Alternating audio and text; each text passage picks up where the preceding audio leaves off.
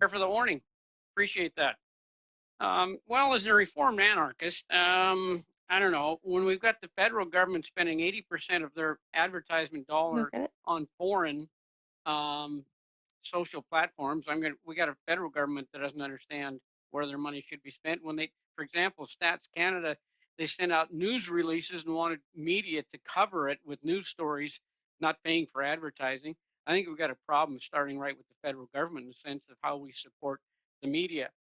But then we had the Yale report, and anybody that sat around the table with me, I'm not a fan of the Yale report. They had lots of scary adjectives in there. So then when we look at this bill with the CRTC getting more power and more regulations, I get real concerned. I think from Chorus, you sort of touched on this, but you didn't want to get into really the examples of red tape and bureaucracy and regulations. Like I said, as a reformed anarchist, I don't like regulations and I don't like rules. So I see this legislation getting scary when we're giving more power to the CRTC. And if they're basing it on the Yale report, I got a problem. So, of course, do you want to respond to whatever I've said?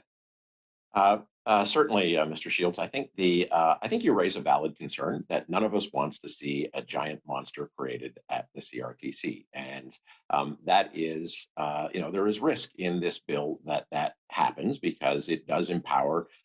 It gives greater powers to the CRTC to determine many of these issues. We think that the simple fact that this starts the process of leveling the playing field and reduces this untenable competitive discrepancy between Canadian broadcasters and foreign broadcasters is reason enough to support it. But once it's brought in, there is no need for the CRTC to turn into a giant monster. Yes, it will be given new regulatory powers, but those regulatory powers should be applied with a light touch to the foreign players while actually reducing the touch that they have on Canadian broadcasters.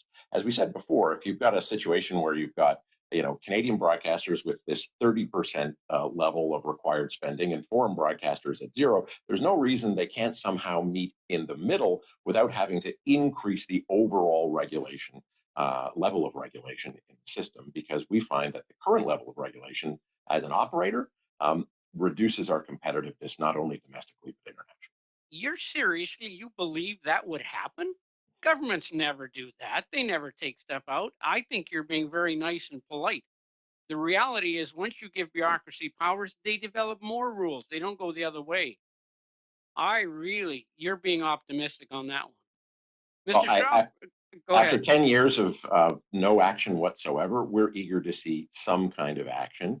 And we're willing to take on face value that the first and most important step is to bring these players into the system.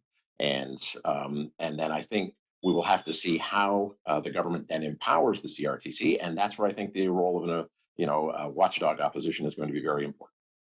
Thank you, Mr. Strasburg. In a minute or so I got left. Are you that optimistic? Like I said, as a reformed anarchist, I don't like regulations and I don't like rules. I worry about the Commission is very curious. The Commission overregulates the Canadian industry, and as Troy says, underregulates the foreign broadcasters. Yeah. The reason why we have this issue in Canada now, 10 years after Netflix started, is because the Commission gave them a so-called digital exemption order. And the digital exemption order allowed anybody who was digital and operating on the internet to do whatever they pleased. And it went on for years. The Commission kept having a hearing, but instead of actually saying, and this is a curious thing because it's kind of the opposite of your worry, my big concern was that they didn't regulate at all. And in the interest of simple fairness, they should have, as we keep saying, have the same general set of rules for both Canadian and foreign operators in Canada. Of course, my position would be no regulations for everybody, and then we're all on the same playing field. So I may be going in a different direction. But I agree, a level playing field for everyone. So my time's up. Thank you, Mr. Chair. Like I said, as a reformed anarchist, I don't like regulations and I don't like rules.